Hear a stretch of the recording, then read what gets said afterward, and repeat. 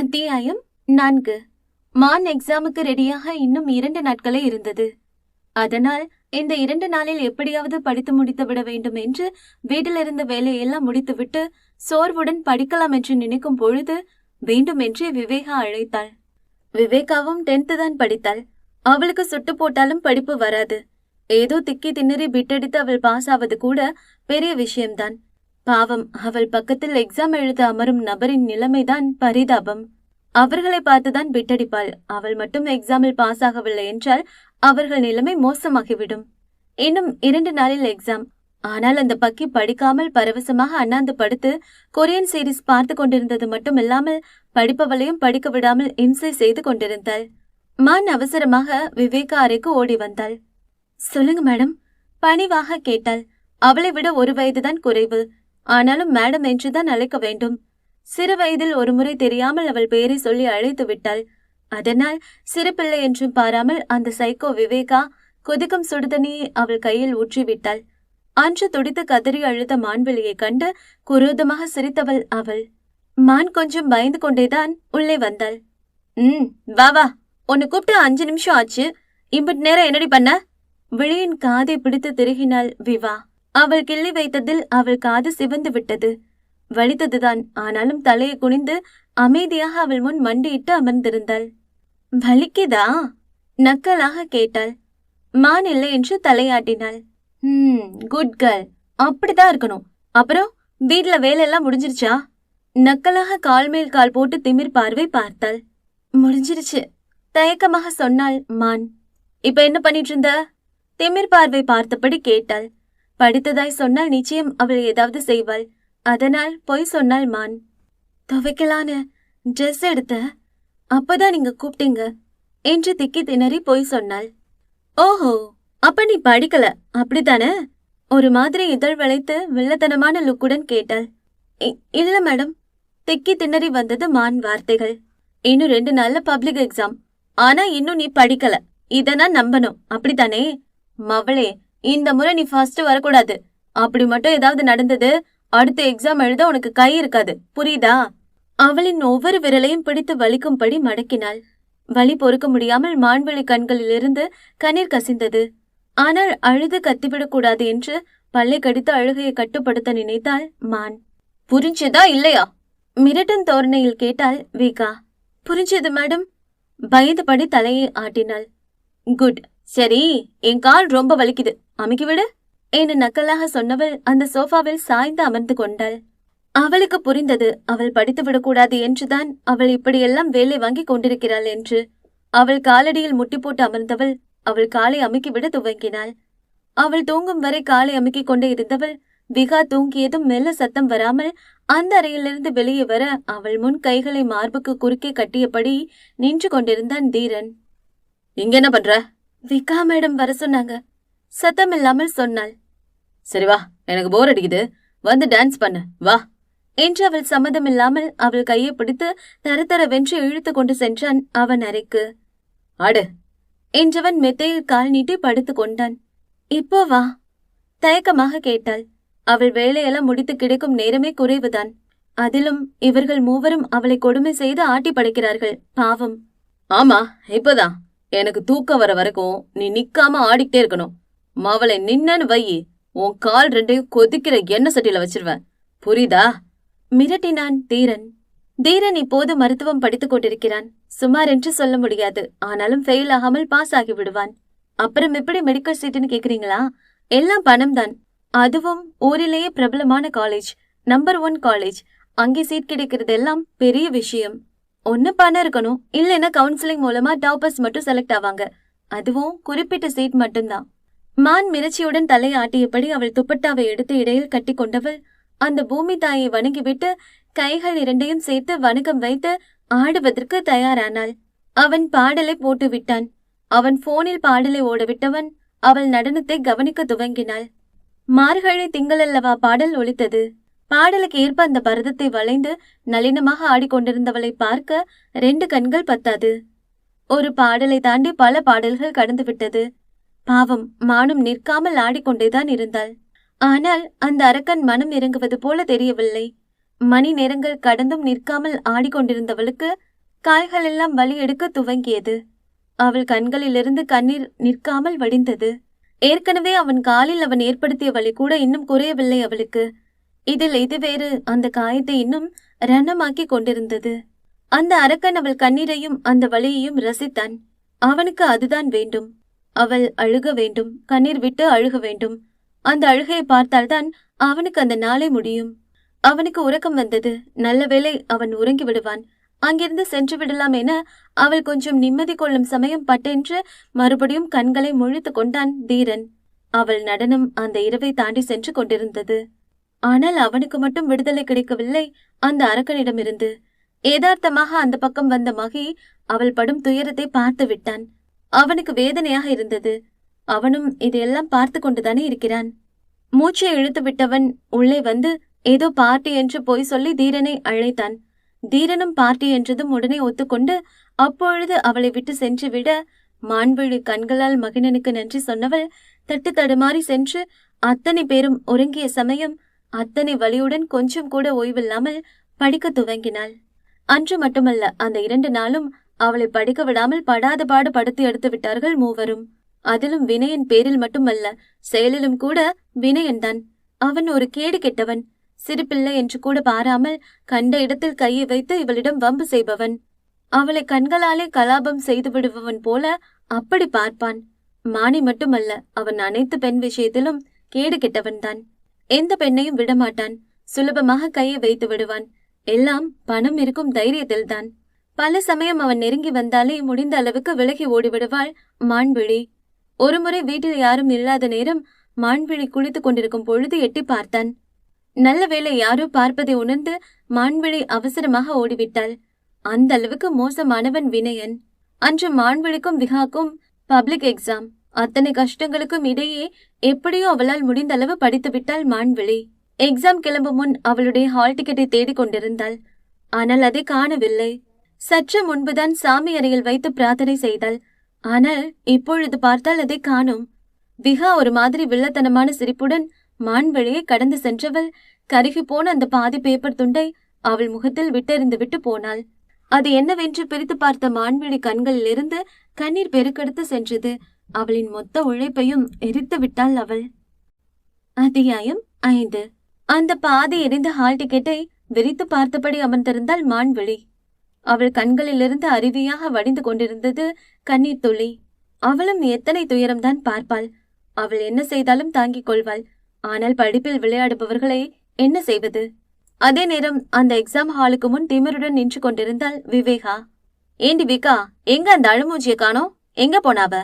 கொஞ்ச நேரம் அவளை வச்சு என்ஜாய் பண்ணலான்னு பார்த்தா இன்னும் காணுமே அவள. அவளின் தோழிகள் ஏமாற்றமாக கேட்டார்கள். ஆமாமா, நான் கூட அவளை வச்சு செய்யலான் தான் வேகமா வந்த. ஆனா இன்னும் அவளை காணுமே. ஒரு மாதிரி கடுப்பா இருக்கு. அவ வருவாளா இல்லையா? எக்ஸாம் ஹாலுக்கு போறதுக்கு முன்னாடி அவளை கொஞ்சம் வச்சு செய்யலான்னு பார்த்தா வரமாட்டா போலையே என்று இன்னொருத்தி சிறு நக்களுடன் சொன்னாள். அந்த சனி எனக்கு எக்ஸாம் வராது. இனிமே எக்ஸாமே எழுத முடியாத மாதிரி ஒரு காரியம் பண்ணி வச்சுட்டு வந்திருக்க. என்ன ஆனாலும் சரி, அவ இந்த எக்ஸாம் எழுதவே மாட்டான். இரக்கமின்றி ஏதோ பெரிய நல்ல விஷயத்தை செய்து விட்டது போல சொன்னால் இந்த இரக்கமில்லாத காட்டேரி. அவர்களும் இதை கேட்டு சந்தோஷமாக சிரித்துக் கொண்டார்கள். அத்தனை பேரும் எக்ஸாம் ஹால் உள்ளே செல்ல மான்விழியின் இருக்கை மட்டும் காலியாக இருந்தது. அவ்வளவுதான், அவள் வரமாட்டாள் என்று விகா வெற்றி புன்னகை சிந்தும் சமயம் திடீரென்று உள்ளே மூச்சு வாங்க ஓடி வந்தாள் மான்விழி. விகா முகம் செருப்பை சாணியில் முக்கி அடித்தது போல ஆகிவிட்டது. பல்லை கடித்தபடி ஒருவித குரோத புன்னகையுடன் அவளை பார்த்து கொண்டிருந்தாள் விகா. எப்படி வந்தா? எரிச்சலாக முனகி கொண்டவள் பார்வை மான்விழியை விட்டு கொஞ்சம் கூட நகரவே இல்லை. அவளையேதான் எரிக்கும் பார்வை பார்த்து கொண்டிருந்தாள். இந்த சனியை வராது நினைச்சா இப்படி கடைசி நேரத்துல வந்து தொலைச்சிட்டாளே. ச்சே, நம்ம என்ன பண்ணாலும் எப்படியாவது அதுல இருந்து எஸ் ஆகிறாளே என்று பல்லை கடித்து கொண்டவளோ விட்டால் அந்த காம்பஸ் எடுத்து அவள் கழுத்தில் சொருவி விடுவாள் போலும். ஆனால் நல்ல வேளை, மாணவளுக்கு 6 பெஞ்ச் முன்னே இருந்தாள். இல்லை என்றால் அந்த சதிகாரி அதை கூட பண்ண தயங்க மாட்டாள். அப்படி ஒரு ரத்தம் குடிக்கும் ஜந்து அது. மான்விழியும் எக்ஸாம் எழுத முடியாது என்று எண்ணிய சமயம் இந்த விஷயத்தை அறிந்து கொண்ட தாத்தா தான் எப்படியோ ஸ்கூலில் பேசி அங்கிருந்து அவளின் இன்னொரு ஹால் டிக்கெட் மூலமாக அவளை எக்ஸாம் எழுத அனுப்பி வைத்தார். மான்விழி தன்னை நிதானப்படுத்தி கொண்டவள் எக்ஸாம் எழுதி முடித்தால் நல்லபடியாக. விகாவின் தோழிகள் அவளை கிண்டல் செய்து சிரித்தார்கள். அது இன்னும் விகாவை தூண்டிவிட்டது போல இருந்தது. என்னடி விகா, என்னமோ கிழிச்சிருவன் நட்டுருவன் பக்கம் பக்கமா டயலாக் விட்ட. ஆனா அவ என்னன்னா கடைசி நேரத்துல மாஸ் என்ட்ரி கொடுத்துட்டா. இப்போ உன் மூஞ்சி எங்க கொண்டு போய் வச்சுக்குவ? அடி விடுங்கடி, அவளே ஏற்கனவே சாணியில் அடி வாங்கின மாதிரி மொக்க வாங்கி நிக்கிறா. அவளை போய் எதுக்கடி சும்மா சும்மா இன்னும் கிண்டல் பண்றீங்க? அவ பாட்டுக்கு டென்ஷன் ஆகி ஏதாவது பண்ணிக்க போறா என்று அவள் தோழிகள் அத்தனை பேரும் அவளை கிண்டல் செய்து ஒரு வழி ஆக்கி விட்டார்கள். அந்த ஒவ்வொரு எக்ஸாம் பொழுதும் விகாவும் வினையும் அவர்களால் முடிந்த அளவுக்கு அவளை கொடுமை செய்தார்கள். தீரன் அவளை படிப்பு விஷயத்தில் எந்த கொடுமையும் செய்ய மாட்டான். ஆனால் அவளை படிக்கவே விடாமல் பிடித்து வைத்துக் கொள்வான். இந்த விகா கொடுமைதான் பயங்கரமாக இருக்கும். அன்று பப்ளிக் எக்ஸாமின் கடைசி நாள். அதுதான் அவளுக்கு கடைசி எக்ஸாம். இந்த எக்ஸாம் மட்டும் நல்லபடியாக எழுதிவிட்டால் போதும்.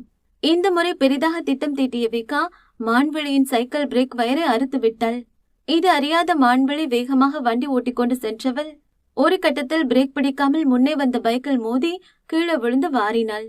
இதில் அவள் கால் நடக்க முடியாதபடி நல்ல அடி. அந்த பைக்காரன் அவளை ஹாஸ்பிட்டல் அழைத்து செல்கிறேன் என்று சொன்ன போதும் கேட்காதவள் தன்னை எக்ஸாமுக்கு மட்டும் அழைத்து செல்லும்படி கெஞ்சினாள். இத்தனை போராட்டங்களை கடந்து ஒரு வழியாக தன் 10th பப்ளிக் எக்ஸாமை எழுதி முடித்தாள் மான்விழி. அன்று எக்ஸாம் ரிசல்ட் வரும் நாள். அத்தனை பேரும் ஆர்வமாக காத்திருந்தார்கள். அதிலும் விகாவின் தந்தை வெங்கட்டும் ஸ்னேகாவும் அத்தனை பேரிடமும் பெருமையாக சொல்லியிருந்தார்கள் தன் மகள்தான் ஸ்கூல் ஃபர்ஸ்ட் வருவாள் என்று. அவர்களாக அப்படி சொல்லவில்லை, விகாதான் அப்படி பீத்தி இருக்கிறாள். விகாவுக்கு தெரியும் அவள் நிச்சயம் பாஸ் ஆக மாட்டாள் என்று. அதனால் ஒவ்வொரு எக்ஸாம் பேப்பரின் கடைசி பக்கமும் ஒரு சில 500 ரூபாய் நோட்டுகளை வைத்தவள் அதற்கு கீழ் சில வரிகளை எழுதி வைத்திருக்கிறாள். இந்த பணம் வெறும் சாம்பிள் தான். நீங்க மட்டும் எனக்கு ஃபுல் மார்க் போட்டா கீழே இருக்க நம்பருக்கு கால் பண்ணுங்க. உங்களுக்கு இன்னும் லம்ப் அமௌண்ட் தருவேன். என் அப்பா பெரிய பிசினஸ் மேன். நீங்க மட்டும் எனக்கு நிறைய மார்க் போட்டு பாஸ் பண்ணிவிட்டா நான் உங்க எல்லாருக்கும் பெருசா ஏதாவது பண்ணுவேன் என்று ஒவ்வொரு எக்ஸாம் பேப்பரிலும் பணத்தை வைத்து எழுதியும் இருக்கிறாள். அந்த தைரியம்தான் அவளுக்கு. அதுதான் அத்தனை பேரிடமும் அப்படி சொல்லி வைத்திருந்தாள். இதை நம்பி அவர்களுக்கு தெரிந்த அத்தனை பேரிடமும் பெருமை பீத்தி வைத்திருக்கிறார்கள். இன்னும் போஸ்டர் மட்டும்தான் நடிக்கவில்லை, மற்றபடி அனைவரிடமும் சொல்லியாச்சு. இன்னும் சில வினாடிகள் ரிசல்ட் வரப்போவதால் எல்லோரும் ஆர்வமாக போனை பார்த்துவிட்டு இருந்த சமயம் அப்போதும் கூட சந்திரசேகர் தாத்தாவிற்கு மாத்திரை எடுத்து சென்றாள் மான்விழி. ரிசல்ட்டும் வந்துவிட்டது. வெங்கட் மகளோட மார்க்கை பார்க்க நியூஸ் சேனல் முன்னாடி உட்கார்ந்து இருந்தார். என்னங்க பண்றீங்க? வாங்க போன்ல போட்டு பாப்போம். ஸ்னேகா அழைத்த போதும் அவர் கேட்கவில்லை. அவருக்கு மகள் சொன்ன வார்த்தை அத்தனை நம்பிக்கையை கொடுத்திருந்தது. அதனால் தன் மகள்தான் முதல் மதிப்பெண் எடுப்பால் அது நியூஸில் எல்லாம் வரப்போகிறது என்று அவர் அந்த டிவியை விட்டு நகரவில்லை. நியூஸும் வந்தது. ஸ்டேட் ஃபர்ஸ்ட் 500க்கு 500 மதிப்பெண் எடுத்து மான்விழியால் தான் முதலிடத்தில் வந்திருக்கிறாள் என்று அனைத்து நியூஸ் சேனலிலும் அந்த நியூஸ் தான் ஓடிக்கொண்டிருந்தது. அந்த நியூஸை பார்த்த சந்திரசேகர் புன்னகையுடன் மான்விழிக்கு கையை கொடுத்து பாராட்டினார். அவருக்கு அத்தனை சந்தோஷம். நான் நினைச்ச மாதிரி நீதான் ஸ்டேட் ஃபர்ஸ்ட். அவர் முகமெங்கும் புன்னகையுடன் சொல்ல மான்விழி கண்களும் சந்தோஷத்தில் கண்ணீருடன் கலங்கியிருந்தது. அவள் ஸ்டேட் ஃபர்ஸ்ட் வருவாள் என்று கொஞ்சம் கூட எதிர்பார்த்திருக்கவில்லை. அதே சமயம் விகாவின் அம்மா ஸ்னேகா போனை தூக்கி போட்டு உடைத்தார். எங்க எங்க அவ? கோபமாக விகாவை தேடினார். ஏண்டே, என்னாச்சு? வெங்கட் புரியாமல் பார்த்தார் மனைவியை. என்னமோ ஸ்கூல் ஃபர்ஸ்ட் வரப்போறா அப்படி இப்படின்னு பீத்தனால அதை நம்பி நானும் எல்லார்கிட்டயும் பெருமையா வேற சொல்லி வச்சுட்டேன். இப்ப என்னன்னா அந்த சனிய 100 மார்க் வாங்கி வச்சிருக்கு. கோபமாக சொன்னார். எல்லா சப்ஜெக்ட்லயும் 100ஆ? அவர் ஆர்வமாக கேட்டார். கிழிச்சா? மொத்தமே 100 தான் வாங்கியிருக்கா. ஒண்ணுல கூட பாஸ் பண்ணல, எல்லாமே ஃபெயில். கோபமாக சொன்னவர் அந்த சோஃபாவுக்கு கீழ் ஒளிந்திருந்த விகாவின் குடிமையை பிடித்து இழுத்து அடி வெளுத்தெடுத்து விட்டார். அடி என்றால் அப்படி ஒரு அடி. அதே நேரம் மான்விழி ஃபர்ஸ்ட் வந்ததால் மொத்த மீடியாவும் அந்த வீட்டின் முன்பு குவிந்து விட்டது. ஒரு பக்கம் விகா மரண அடி வாங்கி கொண்டிருக்க, இன்னொரு பக்கம் மான்விழியை பாராட்டி அத்தனை பேரும் புகழ்ந்து கொண்டிருந்தார்கள். இது இன்னும் அவள் மனதில் அவள் மீதான கோபத்தையும் வன்மத்தையும் அதிகப்படுத்தியது. அதிலும் அவள் அன்னை ஸ்னேகா வேறு மான்விழியுடன் அவளை ஒப்பிட்டு வாய்க்கு வந்தபடி எல்லாம் திட்டினார். கேவலம், ஒரு வேலைக்கார பொண்ணு ஃபர்ஸ்ட் மார்க் எடுத்துட்டா, ஆனா நீ அவ முன்னாடி தோத்து போயிட்டியே, உனக்கு வெக்கமா இல்ல? அவளோடத வாங்கி குடிச்சாலும் உனக்கு புத்தி வராது. அசிங்கமாக திட்டி விட்டார். அது வேறு இன்னும் அவளை அசிங்கப்படுத்திவிட கொலைவெறியானால் மான்விழி மீது. புள்ள என்னடி பேசுற என்று மகளுக்காக சப்போர்ட் செய்ய வந்தவரையும் திட்டி தீர்த்தார் அவர். ஏதாவது பேசுனீங்க எனக்கு கேட்டோ கோவம் வரும். கேவலம், அவகிட்ட தோத்துட்டு வந்து நிக்கிறா. இவ்வளவு நம்பி தெரிஞ்சவங்க, சொந்தக்காரங்க, ஃப்ரெண்ட்ஸ்னு எல்லாருக்கும் பெருமையா சொல்லி வச்சிருக்கேன். இப்ப அவங்க கேட்டா நான் என்ன பதில் சொல்லுவேன்? காரி துப்ப மாட்டாங்களா என் மூச்சில? என் மானத்தை வாங்கிட்டா. அதோ அங்க பாரு, அவ எப்படி சிரிக்கிறான்னு.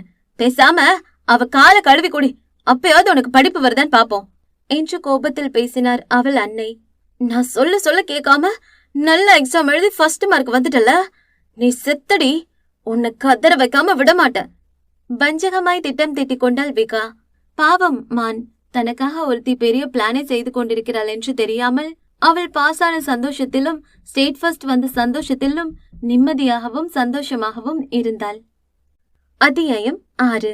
அதே நேரம் தன் ரேஸ் காரில் அளவுக்கு அதிகமான சரக்கு அருந்தி அதைவிட அதிகமான வேகத்தில் சென்று கொண்டிருந்த தீரன் கண்கள் இரண்டும் மங்கலாக திடீரென்று வண்டியை அந்த பக்கம் சென்ற ஒருவர் மீது இடிக்க அவன் அடித்து தூக்கிய வேகத்தில் அந்த நபர் மரத்தில் தூக்கி வீசப்பட்டு சீரியஸ் கண்டிஷனில் ஹாஸ்பிட்டல் அழைத்து செல்லப்பட்டார். ஆனால் சில மணி நேரத்தில் அவர் உயிர் இழந்தார். இதை அந்த பக்கம் வந்த பலரும் பார்த்து விட்டார்கள். இதனால் அது நியூஸ், மீடியா என அனைத்து பக்கமும் பரவியது. விஷயம் அறிந்த ராகவேந்திரன் லாயருடன் வந்து முடிந்த அளவுக்கு அந்த விஷயத்தை சரி செய்து விட்டார். ஆனால் தீரன் அங்கு இருக்கும் வரை பிரச்சனைதான். அதனால் சில மாதங்கள் இல்லை வருடங்கள் அவனை வெளிநாட்டுக்கு அனுப்பி வைப்பதே சிறந்தது என்று லாயர் உறுதியாக சொல்லிவிட்டார். ஆனா அதுக்கு தீரன் ஓகே சொல்ல மாட்டான். இங்க பாருங்க சார், வேற வழியே இல்ல, முன்னாடி மாதிரி கிடையாது. இப்ப சென்டிமெண்ட் பேசி கேஸ நம்ம கயிறா மாத்திருவாங்க. அதனால இதான் பெஸ்ட், நீங்க அவருக்கு எடுத்து சொல்லி புரிய வைங்க என்று அழுத்தம் திருத்தமாக சொன்னார். அவர்கள் எண்ணியது போலவே தீரன் இந்த விஷயத்துக்கு கொஞ்சம் கூட ஒப்புக்கொள்ளவில்லை. அவன் வீட்டில் ருத்ர தாண்டவம் ஆடினான். அவனை எப்படி சம்மதிக்க வைப்பது என்று தெரியாமல் அத்தனை பேரும் விழித்துக் கொண்டிருந்தார்கள். என்ன நினைச்சிட்டு இருக்கீங்க உங்க மனசுல? நான் எந்த தப்பு பண்ணல, என்ன நம்புங்க. அவர் தான் குறுக்க வந்தார். அது மட்டும் இல்லாம அவங்கள ஹாஸ்பிட்டல் கூட்டிட்டு போகும்போது அவங்களுக்கு உயிர் இருந்தது. அதுக்கப்புறம் தான் அவங்களுக்கு என்னமோ ஆயிருக்கு. அதனால என்னாலலாம் ஃபாரின்லாம் போக முடியாது, அவ்வளவுதான். கோபமாக சொன்ன தீரன் வீட்டில் இருந்து பொருளை எல்லாம் அடித்து நொறுக்கினான். லுக் தீரா, சூழ்நிலையை புரிச்சுக்கோ. நீ ஒரு உயிரை கொன்னு இருக்க, அத பலர் பாத்திருக்காங்க. இப்ப நீ என்ன காரணம் சொன்னாலும் அதை யாரும் ஏத்துக்க மாட்டாங்க. அதனாலதான் நான் சொல்றேன், இப்ப நீங்க இருக்கிறது நல்லதுக்கு இல்ல, இது இன்னும் பிரச்சனை ஆகும். அதுக்குதான் சொல்றேன் கேளு. ஒரு 2 years மட்டும் ஃபாரின்ல மெடிக்கல் பண்ணு, அதுக்கப்புறம் இங்க வா. அதுக்குள்ள இங்க எல்லாரும் அதை மறந்துடுவாங்க. நான் சொல்றத கேளு என்று ராகவேந்திரன் பொறுமையாக மகனுக்கு எடுத்து சொல்லி புரிய வைத்தார். தீரன் கண்கள் அங்கு மாப் போட்டுக் கொண்டிருந்த மான்விழி பக்கம் போய் வந்தது. அவளை டார்ச்சர் செய்யாமல், அவளை பார்க்காமல் அவனுக்கு நாட்களே நகராது. அப்படி இருக்கும் பொழுது எப்படி அவனால் தனியே இருக்க முடியும்? அவனுக்கு யோசிக்க டைம் கொடுக்காமல் ராகவேந்திரன் அவன் ஃபாரின் கிளம்ப வேண்டிய அனைத்து வேலையும் முடித்து விட்டார். அன்று தீரன் US கிளம்ப வேண்டிய நாள். தீரன் இங்கிருந்து கிளம்ப போறதை எண்ணி அதிக சந்தோஷம் கொண்டதென்னவோ மான்வெளிதான். ஆனால் அவளின் அந்த சந்தோஷம் தீரனுக்கு பிடிக்கவில்லை. அத்தனை பேரும் தீரனுக்காக காத்திருக்க ஏதோ ஒரு முக்கியமான பொருளை மறந்துவிட்டதாக சொல்லி அவசரமாக தன் அறைக்கு சென்ற தீரன் மான்விழியின் கையையும் சேர்த்து பிடித்து இழுத்து கொண்டு சென்றான். கைய விடுங்க, யாராவது பார்க்க போறாங்க, வலிக்குது என்றவளை பிடித்து இழுத்து கொண்டு போய் அந்த அறையில் விட்டவன் கதவையும் பூட்டினான். நான் போறது உனக்கு ரொம்ப சந்தோஷமா இருக்கா? அவளை குரோதமாக பார்த்தபடி கேட்டான் தீரன். உண்மை என்னவோ அதுதான். ஆனால் அதை சொல்ல முடியுமா என்ன? ஒரு மாதிரி எச்சலை விழுங்கி கொண்டவள் இல்லை என்பதனை போல தலையாட்டினாள். பொய் சொல்லாத, உண்மை சொல்லு. உனக்கு நான் இங்கிருந்து போறது சந்தோஷம் தானே? தீரனும் மெல்ல மெல்ல அவளை நெருங்கிக் கொண்டிருந்தான். இல்ல, நான் உண்மைதான் சொல்றேன். அவளுக்கு பயம் அதிகமாகி விட்டதால் இப்படித்தான் வார்த்தைகள் தடுமாறும். ஒரு மாதிரி திக்க துவங்கி விடுவாள். அப்படின்னு உன் வாய்தான் சொல்லுது, ஆனா உன் கண்ணு பொய் சொல்லுதே என்று அவள் கையை பிடித்து தன்னருகே இழுத்தவன் அவள் கையை பின்னால் வளைத்தான். ஹா என்று அவள் வழியில் கத்தினாள். ஏய், கத்தாத, கர்ஜித்தான் தீரன். அவள் வாய் அப்படியே மூடிக்கொண்டது. வாயை மூடி விம்மினாள். என்கிட்ட இருந்து தப்பிச்சிட்ட நினைக்கிறியா? அவள் கைகளில் அழுத்தம் கொடுத்தவன் அவன் இடையில் சொருவி வைத்திருந்த கத்தியை வெளியெடுத்தான். உன்னை டார்ச்சர் பண்ணாம உன் கண்ணீரை பார்க்காம என்னால இருக்கவே முடியாது. ஒரு மாதிரி எனக்கு பைத்தியம் பிடிக்குமே. அதுக்கு நான் கொடுக்க போற வழிய நான் திரும்பி வர்ற வரைக்கும் நீ மறக்காம இருக்க மாதிரி உனக்கு பெருசா ஏதாவது கொடுக்கணுமே என்றவன் அந்த கத்தியை எடுத்து அவளை அந்த சுவற்றோடு அழுத்தி பிடித்தான். என்ன விட்டுருங்க பிளீஸ், கெஞ்சி கேக்குறேன், என்ன விட்டுருங்க, நான் போறேன் என்று கண்ணீர் விட்டு கதறியவள் திக்கி திணறினாள். அது எப்படி விட முடியும்? நீ கதறி அழுகிறத பார்த்தாதான் என்னால் நிம்மதியா அங்கிருந்து போகவே முடியும் என்றவன் அந்த கத்தியை எடுத்து அவள் போட்டிருந்த சட்டையின் மேல் பட்டனை அந்த கத்தி கொண்டு கழட்டி விட அனிச்சையாக அவள் கைகள் மார்புக்கு குறுக்கே வைத்து மறைத்து கொண்டது. அவன் ஒரு கரம் கொண்டு அவள் கைகளை பிடித்துக் கொண்டவன் குரோதமாக சிரித்தான். நான் ஏற்படுத்துற இந்த வடு எத்தனை காலம் ஆனாலும் நீ மறக்கவே கூடாது. அந்த வலி உனக்குள்ள இருந்துகிட்டே இருக்கணும். அத நீ மறக்கவே கூடாது என்றவன் அவளின் கழுத்துக்கு கீழ் அழுத்தமாக அந்த கத்தி கொண்டு தீரன் என்று அவன் பெயரை எழுதினான். வலி பொறுக்க முடியாமல் கத்தினாள் மான்விழி. அங்கிருந்த ஆப்பிளை எடுத்து அவள் வாயில் சொருகி விட்டான் தீரன்.